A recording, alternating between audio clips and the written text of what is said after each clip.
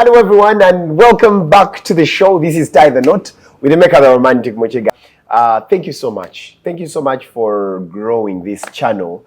Thank you so much for always watching, liking, subscribing, commenting, sharing. Guys, we are growing. We are growing steadily. And I like to say that each and every time I release an interview, guys welcome it with a lot of love. And I'm glad that guys are learning lessons. This is a beautiful show about marriage. We are changing the narrative of marriage. Marriage has a lot of bad PR out there, but this show is to show you that marriage is sweet. And the other thing is to show you that, yes, marriage is good, marriage is sweet, but it's not all about the glees, the glamour, the pomp in marriage.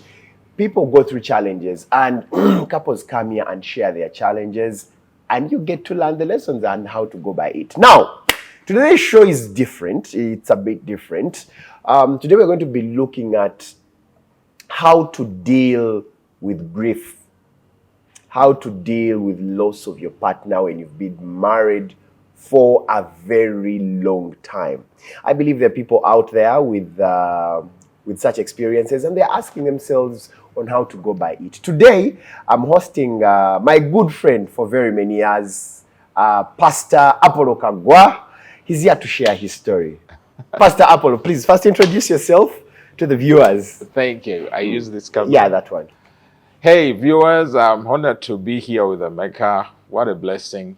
I've been watching this show on YouTube for several months, I should say, but being here is a blessing, sir. Thank you for having me. Yeah, my name is Apollo Kaggwa. I'm a father of 5 children. Wow. 2 foster boys and 3 biological girls. So nice. Yes. I was married, actually, happily married. Happily married. Yes, for 16 years. Wow. With my wife, my late wife, Anette. We actually first met each other in senior 1 and in senior 2. You met each other in senior 1. Yes, senior 1 and senior at Old Kampala High School. Which year was that? People are going to know my age. But it's okay. I'm joking. yes, that was in 94 and 95. Wow. Yes, and I remember she was the smartest girl in class. Wow. But by then, we didn't talk much. We were just, classmates. But then we met each other again at the church. I grew up in Kaggwa Community Church. Yes. And I was leading a conference there. So I had called for volunteers to come and serve in the ministry. And she was one of them. So when I'd come to address the volunteers, I saw her and I was like, I think I know you. And she was like, I think I know you too. Nice. I was like, wow, that's how we kicked it off. Which year was that? That was in 2007. Yeah. So we were married. She passed away in last year, 2023, December 19th. Sorry. Yeah. So it was really a great marriage. Yeah. What made the marriage great? I think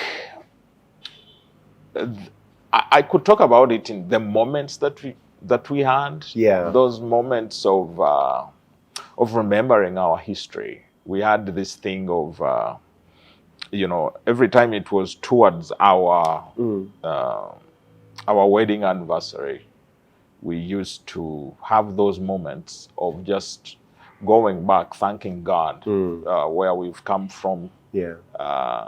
Talking about the pains we went through. It took us 5 years before we got our first child. Oh. We already had 5 kids before we got our own kids. So you were fostering 5 kids. We were first fostering, but some were taken. Yeah.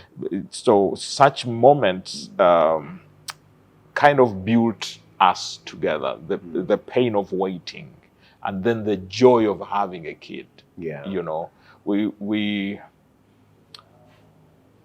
used to celebrate a lot together the achievements that God gave us. We married poor. That every time I remember her accepting me, I was staying in a place called Katogo, Katogo. somewhere near Gawa. Yes. But this girl who was a daughter to a professor in Makerere University, and she came and married me. I mean, it was something worth celebrating. Looking at, say, what you would call a first-class family, and then you are marrying a pauper. Yeah. I mean, in my view, what made it great is the love we had for one another, the belief in one another. Yeah. That out of nothing we can create something. Yeah. So I don't know. I would say it's the love that we had for one another. Wow. Yeah. And some of those great memories you had together. I think one is our wedding. Your wedding. Which year was your wedding? 2007. 2007. November 3rd. November 3rd. Yes. Yes. I would say it was a miracle wedding. Yeah, because I didn't have money. Yeah. To do the wedding. But how it happened was that friends came together to say, let's help our boy to have this, to marry, because I was the first to marry in my family. Wow. Yes, I have big brothers.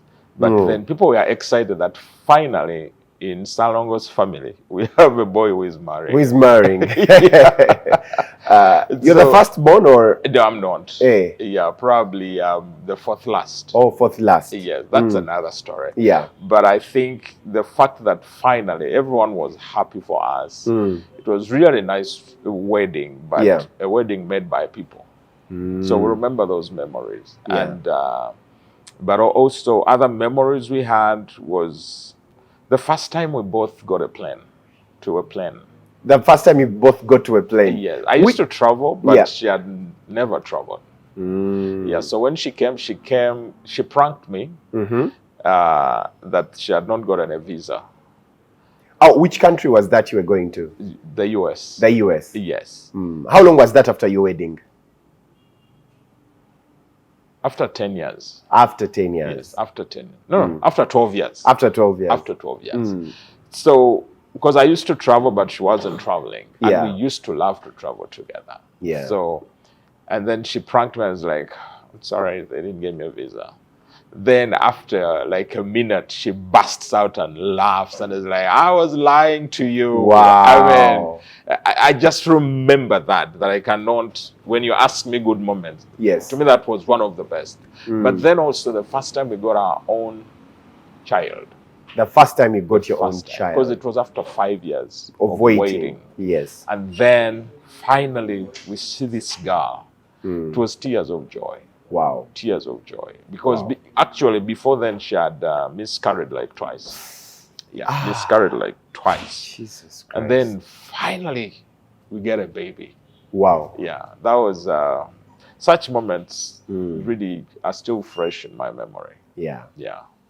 Oh, even the first time we entered our own house. Oh, the first time you built and entered your own house. Built our house, and then we were finally, because we had been in about, I think, 6 houses. Hey, like renting. Yes.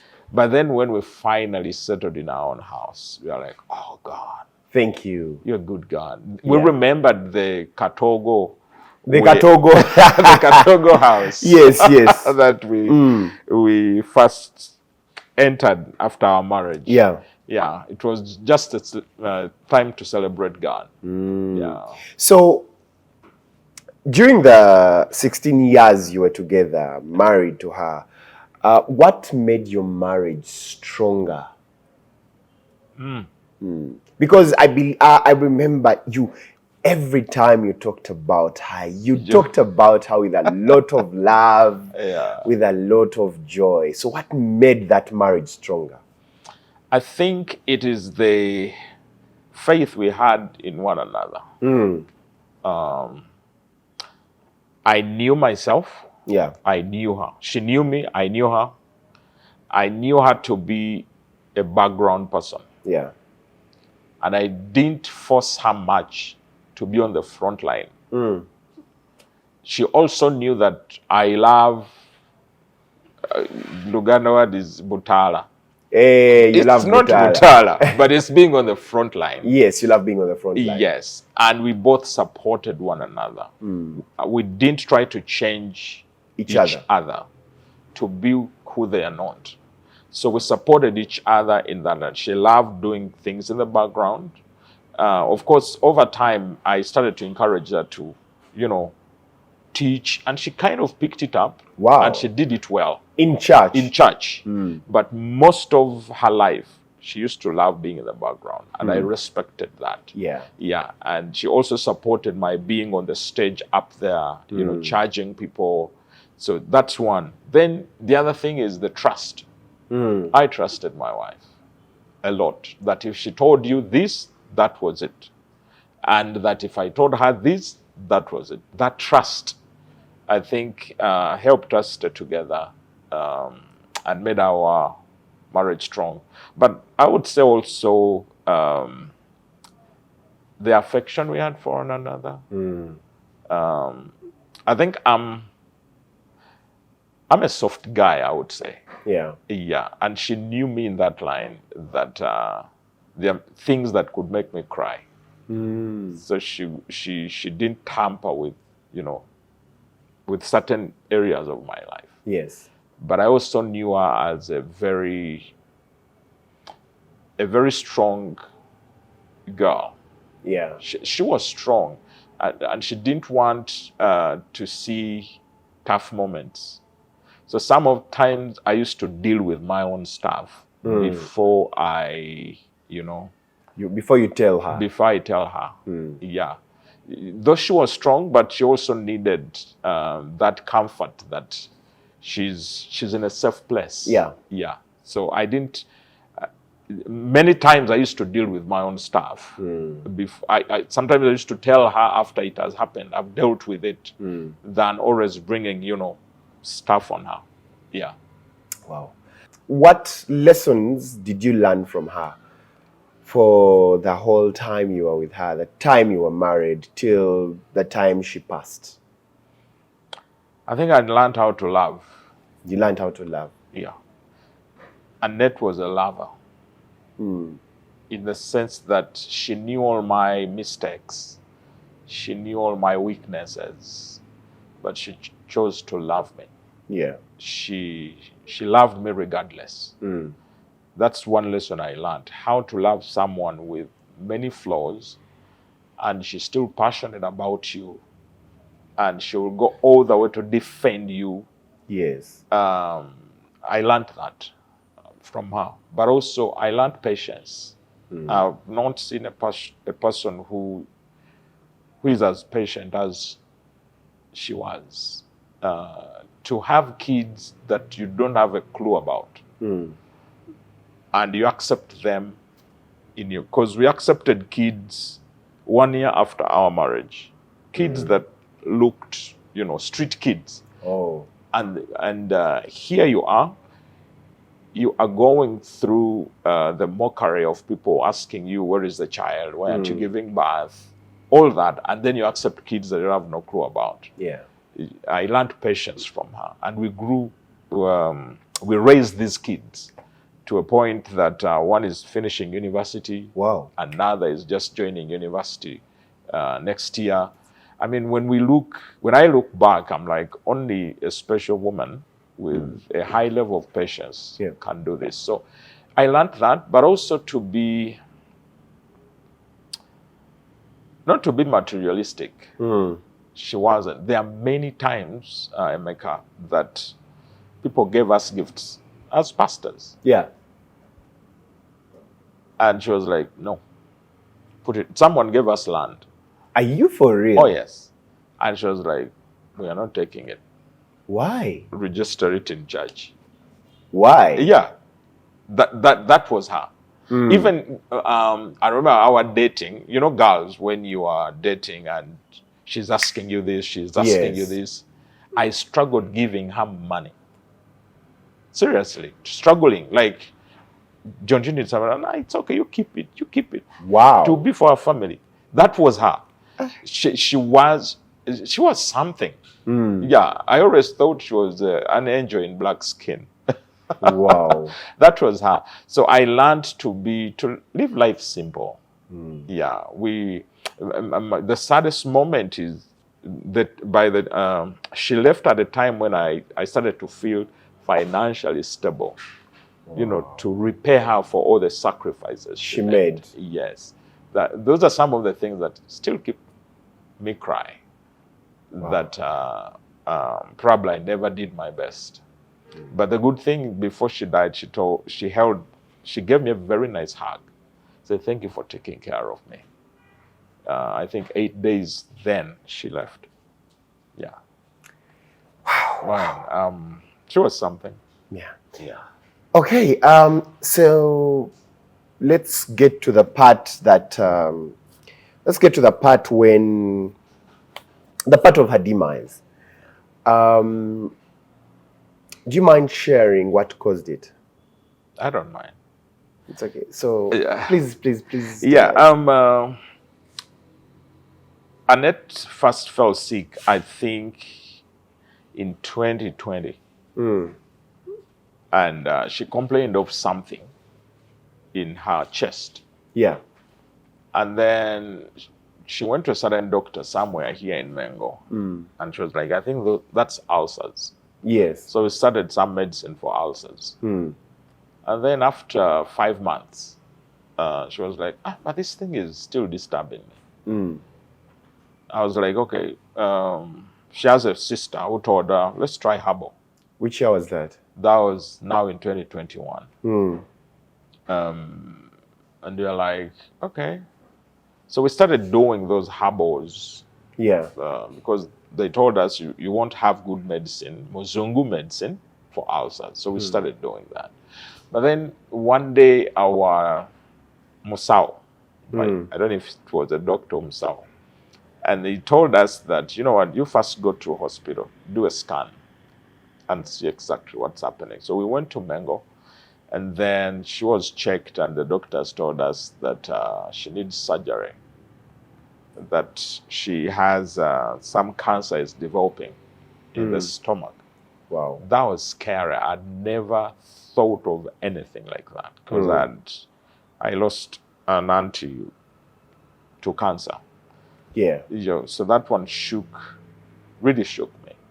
And then she went through surgery, and we were told that you need to go for chemotherapy, because we thought that surgery had dealt with the cancer. Yeah, but then when we went to Mango, they did the surgery, and then we were told to start on chemo, and we did chemo for 3 months. Yeah. And I remember the doctor telling us that, but then they told us to keep coming every once a week to just check. Yeah, and then they realized again that the cancer was aggressive.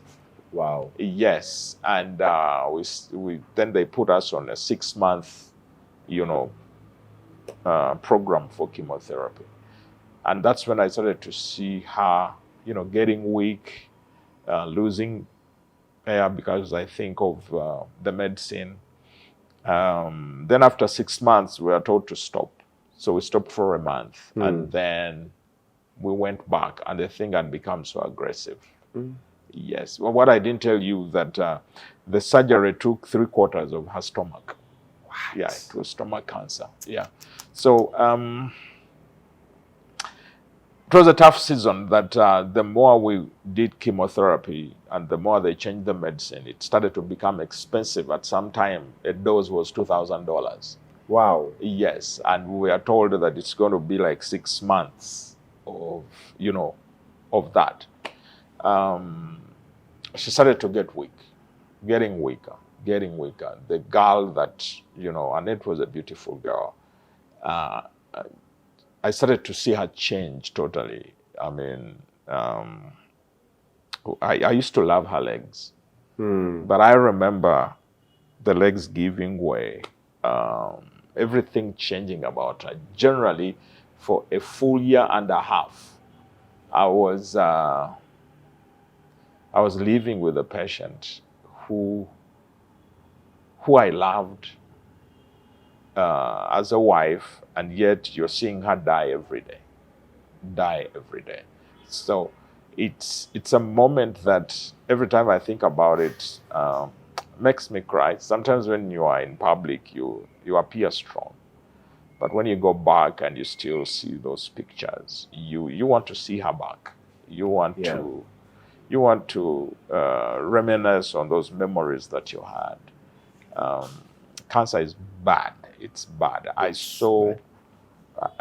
The reason I don't want to pass near Malago again, because every time I pass, those memories come, memories of pain, memories of tears.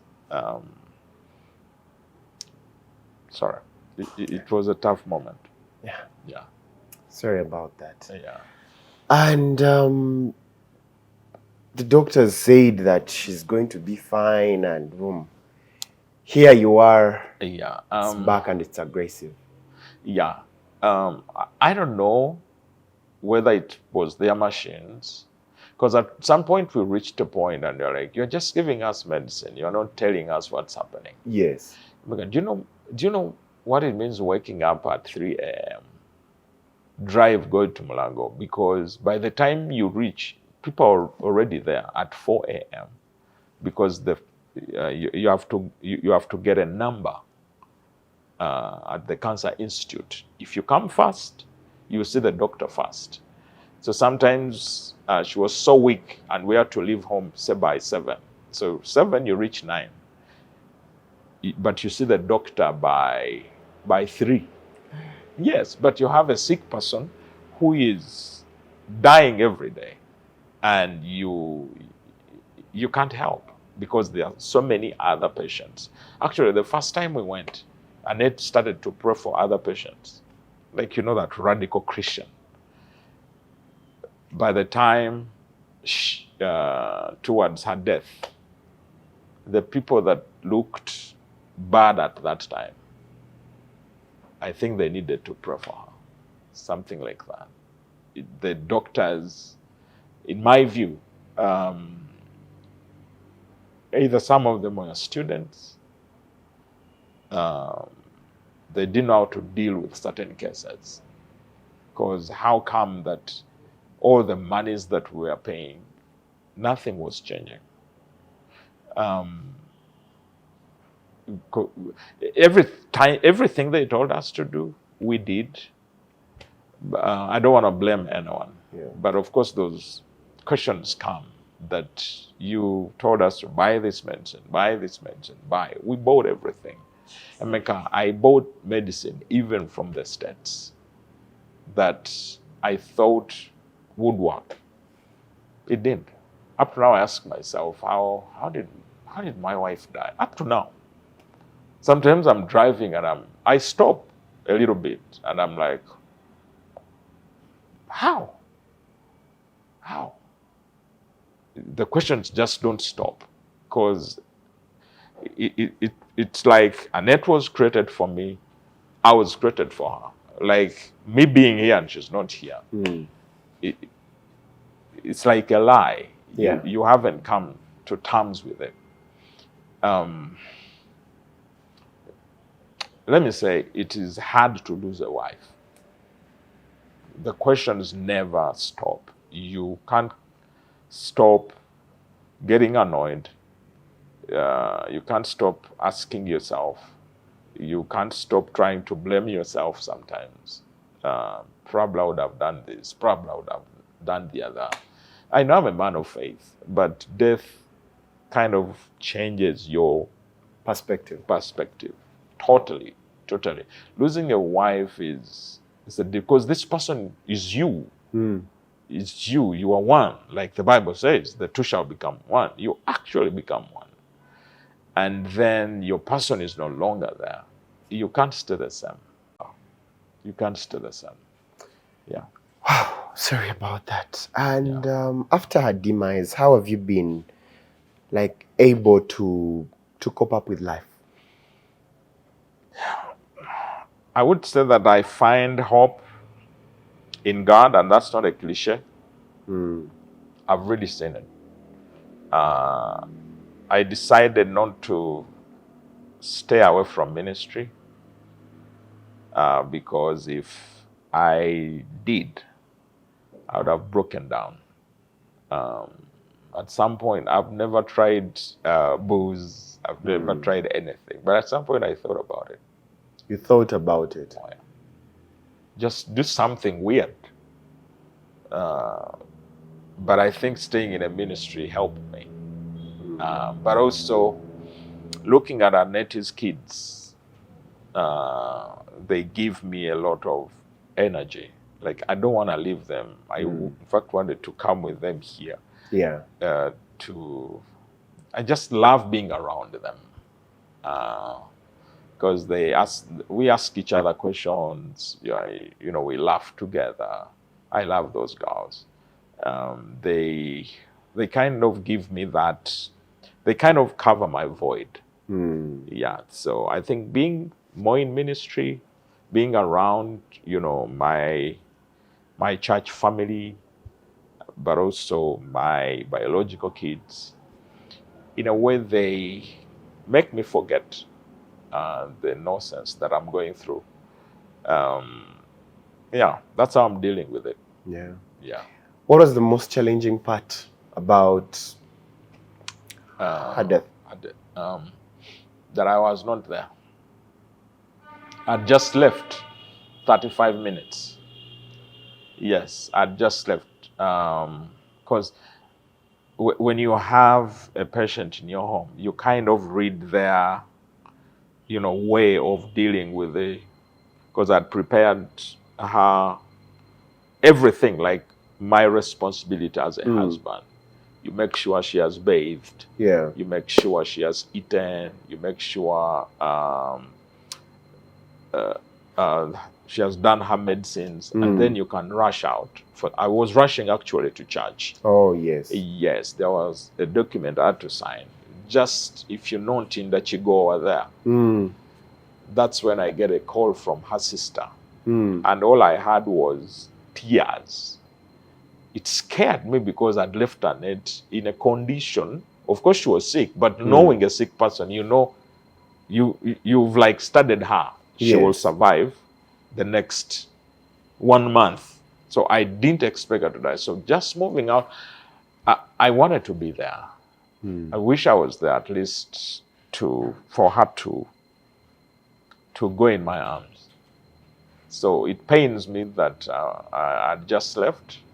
Probably that's how God wanted it. Probably I would be more devastated. But that is my pain, that I wasn't physically there. Yeah, but also the challenging bit of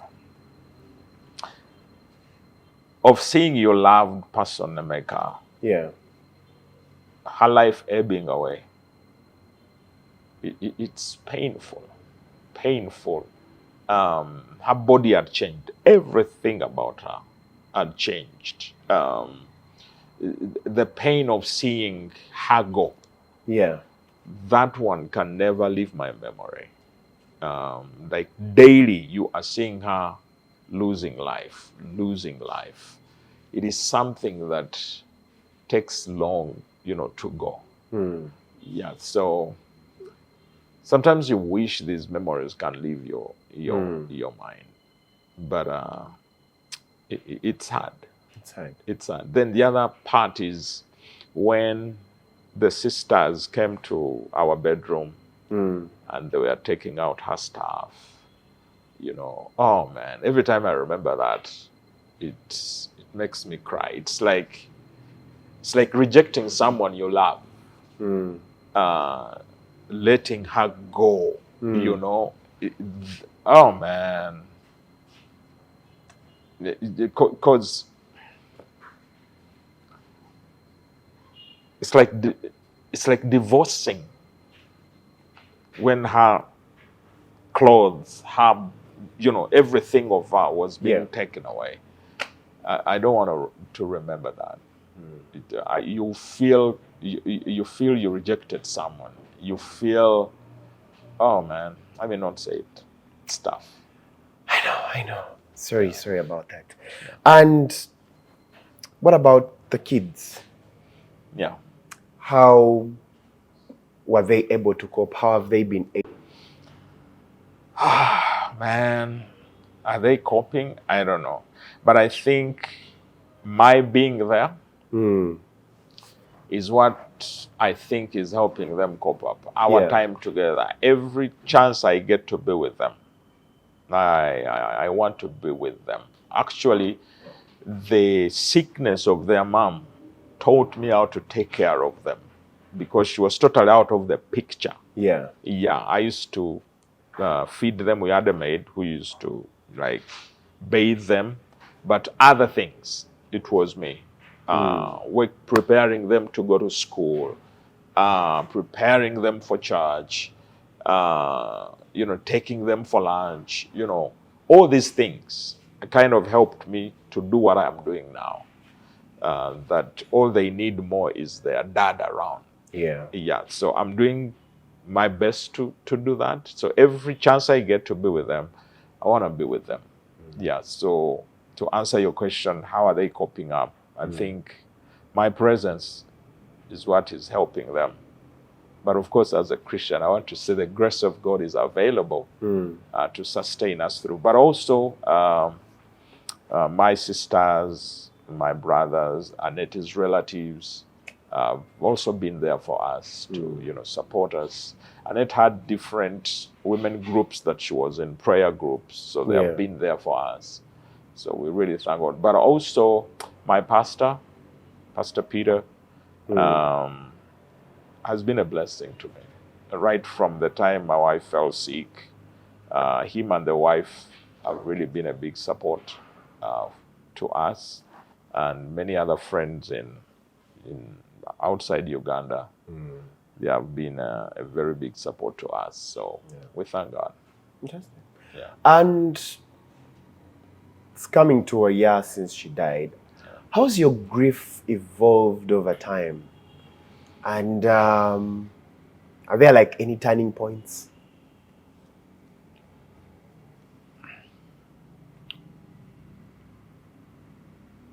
Sorry to take that something up and so. I think they say time heals, but I want to say God heals. God heals. He uses time to heal. To heal. So I'm learning how to, to forget some parts, but also to open yourself up to love again. When I look at my kids, I realize that, yes, I can be there for them, but I cannot be a mother. My best is to be a father. So I see them mainly. I have a 4-year-old. You look at her and you feel she needs a woman's touch. So I don't know if this is good to say right now, but I'm opening up myself again. To love. To love. Because however much I cry about Annette, I think about her. I can't bring her back, but then there are kids who need to be mothered. And I feel that if I take too long, they might grow so much independent that bringing in a new person would disturb me and disturb them and disturb her. So I'm starting to think about it and to ask God to guide me, that I'll find the right wife, but that right wife will be also the right mother for them. For them. Wow. Wow. It's not easy. It's not easy. It's not easy. How's your perspective on life changed since losing Annette? That's a good question. Just live for God. The things that we pursue, material things that we pursue, are of no value. That's what I've learned. Material things are of no value. Of no value. I think loving people, to me, is the most important thing. Because before my wife died, like I said, she hugged me And she said, Apollo, thank you for taking care of me. Thank you for loving me. To me, those are the most important words that I've had since I was born. That someone who I am supposed to love actually felt that I loved them. Before Annette passed, we had, bought property here and there. We are not that rich, but knowing where we have come from, we are still not that poor. But then this person you came with from poverty, and everything, she left it. And I'm like, goodness, what is so much of these things we are fighting for? Yeah. So that really touched me. Up to now, I'm not so much into material stuff. If you can love someone, if you can be there for them, if you can go out of your way and make their life better, to me, that's the biggest lesson Annette left me with. On her, we had 2 services for her, at our church in Nigeria and our mother church in Ghana. The people that I saw there, big people in our country, mainly from the church circles. Church circles, yeah. Yes. And the many people that she touched, I'm like, that's the way to live. Like, it's not going to be that Apollo left, an acre. The kids can sell it. Yeah. But the people who come and say, I am here because your wife touched my life. She changed me. She did this for me. To me, that was amazing. Sometimes the man I used to give to Annette, she used to take care of kids. Simple. But, when you see the parents come and they say, your wife helped my daughter for this term and all that, I'm like, what am I here for? I'm here for people. Loving God through people. So she pastored me well.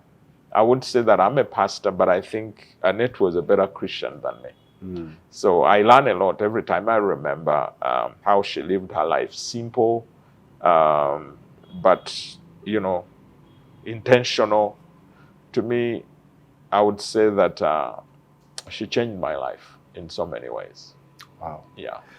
All right. And so what you're trying to say is that people in the world are always fussing and fighting about property, material things, killing each other, hating each other, grabbing other people's property. Yeah. But it's vanity. Exactly. You hear of women killing their husbands for property.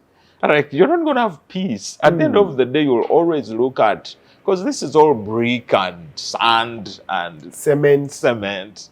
Really, so you reach that point and is that the life you want to live? Sometimes we need to define what are we here for? What are we here for? If it is not impacting someone's life, if it's not that, then what are we here for? And what is the best way to live than loving the people who you must love? Your children, by giving them character, giving them something to live for. Not just buildings, not just land, not just, stuff, but a value that they can, take on. So I think death brings you back to that truth, that you are going with nothing. You are leaving everything here. So love the people, give them the best. I tell married people that I'm now the best marriage counselor. You can never miss a chance to make your wife happy.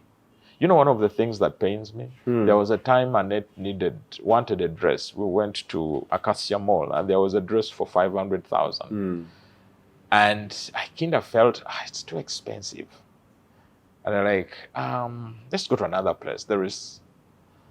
So I'm like, I wish I bought her the dress.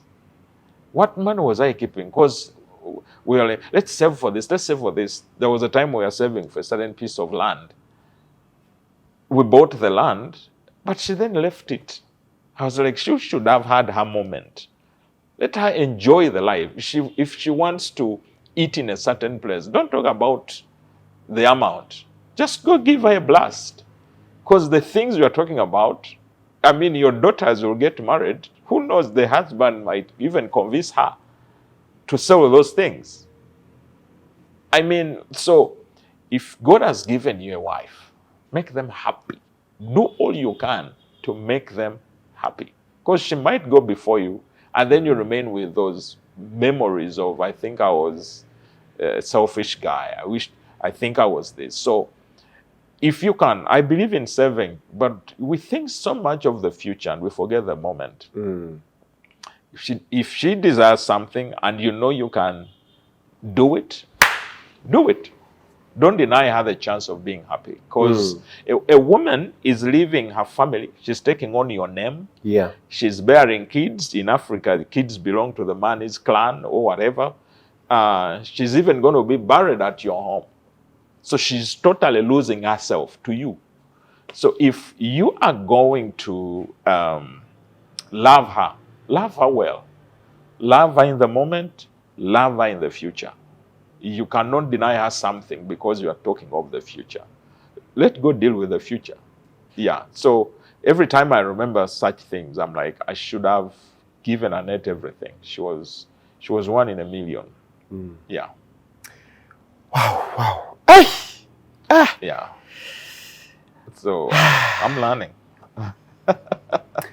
So Apollo, what have you learned about yourself during this time and your own resilience?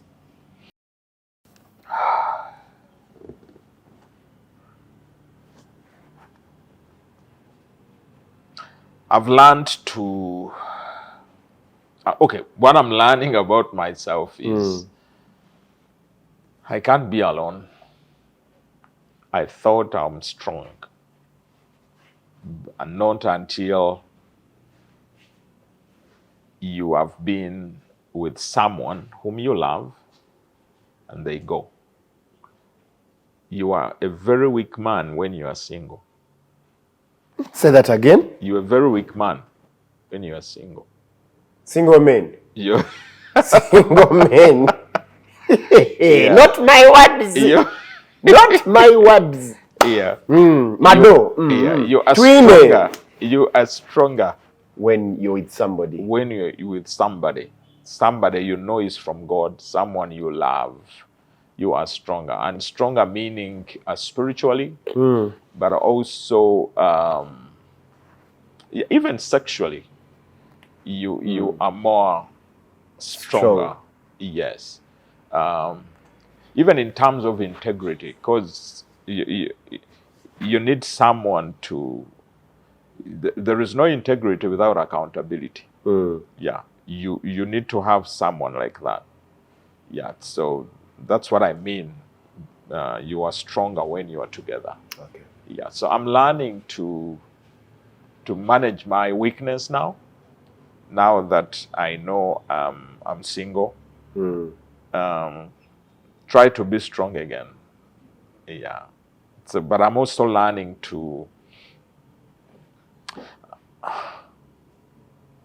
I'm learning about how to deal with grief. I lost my dad, but it's different when you lose a wife. When you lose a wife. It's different. Totally. I don't compare the two. Yes, because your dad can die at a certain age, and probably that was the time for him to go. But then when you lose a wife in your 40s, you have just, life has just begun. In a way, you can't deal 100% with that fact that someone went that young. And here you are, you have to now think again how to replan you don't plan your life at 40. To me, it's a tragedy. You plan it in your 20s. Yeah. But then 40s are critical years. That's when you are now getting to be established. And then it's like building a house. And at some, level, you take away one, how do you call that thing? One pillar? One pillar. To build back that thing, it's like everything has to first come down. Yeah. To rebuild again. But thank God that is my anchor, my pillar. So you learn how to deal with yourself at a later age in your life. So I'm learning how do I balance, my life at this point and dream again with someone else and still create a stable life. Yeah. How have you found purpose or meaning during this time? Ah, man. Good question. Everything is about God. Still God, everything God. Everything God. And I'm not saying this as a cliche. No. You get to know God better in a loss than in happy times. Because you come back to yourself and ask yourself the right questions. Because when I say life is about loving others, to me that is the meaning. You wouldn't know it until someone who you have been with shows you the results of her life by the people she has touched. And then you start to ask yourself, whom have I touched? Because being a preacher, you'd think that everyone who is listening to you, you are touching them. No. Emeka, it's about being practical with people. Me discipling them one-on-one. That's what Anette did. One-on-one. Leave alone me being up there on stage and you think you are discipling. No. It was one-on-one. The boys that we have, Anette taught them everything a woman can do. Wow. Yes, they can cook. Like anything they can do. So I look back and I look at these boys and they can do everything. And then I remember how he used to teach them. It was like, be there, see what I'm doing. And then me, I feel I haven't done that. So it is a turning point for me to be hands-on with people, to teach them. Sometimes when you're a preacher and people are saying, amen, amen, you think you are making impact. No. I mean, Jesus, Mark 3:14, said, he chose those that he wanted, that they might be with him, walk with him, that he might then send them out. So sometimes we release kids into marriages that we have not mentored, that we have not discipled, and then we are giving them out and the marriage fails because you never did your part. So I think from Anette, I'm learning how to teach my girls certain things one-on-one that they can be of substance when they grow up. That is one thing I learned from my wife. Be practical with people. Just speaking is not enough. Go with them, be with them, engage them, stuff like that. It's what grows a child. Wow. Yeah. And have you had like a community of people that have been there with you, that have supported you during this period? Oh, yes. In our church, we have what we call missional communities. I lead a missional community in my home, and that group has really been a blessing to me. But also, I have who I call mentors as a pastor. They have been there for me. I've already mentioned Pastor Peter. He has been there for me. I've also had people from outside Uganda who have really supported. They supported me with lots of money, treating Anette. And they have stayed on, supporting. I doubt they would love me to mention their names. But they have really been there. They have been the people God has used to deal with the many issues that Anette's void created. So they call, they just check on you. They just love on you. Before you know, someone has just given you a check. Take those kids out. Wow. Stuff like that. So sometimes, actually, America, one of the best gifts you can give someone grieving is not just words. Give them something tangible. Give them money. I've learned to give people money because I know what it means to a person. And I say money, meaning because I say don't be materialistic, but you don't know what that means. Do you know how it feels as you receive a message? You have received. You have received. That thing to a person going through some trouble, it's an encouragement. It's like you've been there physically.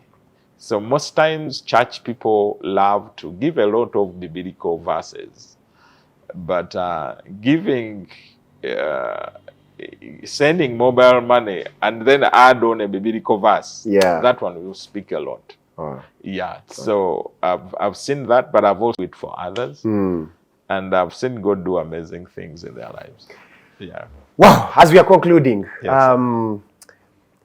advice to a woman out there, man out there who has lost their partner. They are grieving, going through a hard time. What would you advise them? Wow. Don't abandon your church family. That's one big advice. I don't know, some church families are toxic, but that means you have also contributed to that toxicity. But if you are part of a church, don't lose those people. Don't lose those people. Don't stay away from them. They're big support. But some people also come from good families, like biological families. Don't stay away from them. Grief needs people. Grief needs people. Yes. It needs people. People who are there, people who are ready to support you. So staying alone will just sink you down. I told you I thought of at least trying something I've never tried. But, I couldn't. But the fact that thought dropped in my brain, I mean, there is something. There are people who think about it and then they do it. So, being that environment where you have accountable people, to help you, be there for you, but also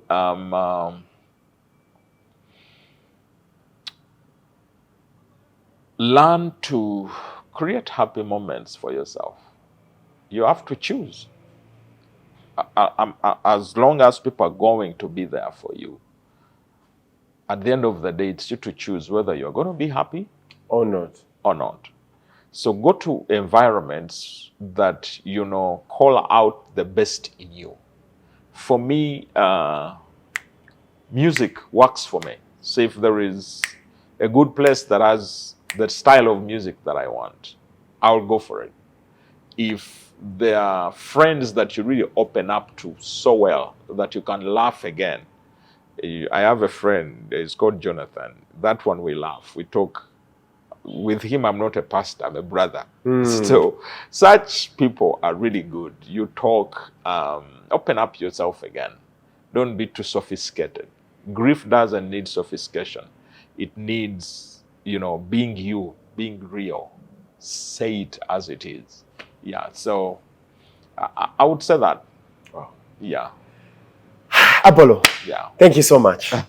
Thank you for accepting to share your story, being vulnerable, and I believe someone out there watching is going to pick lessons.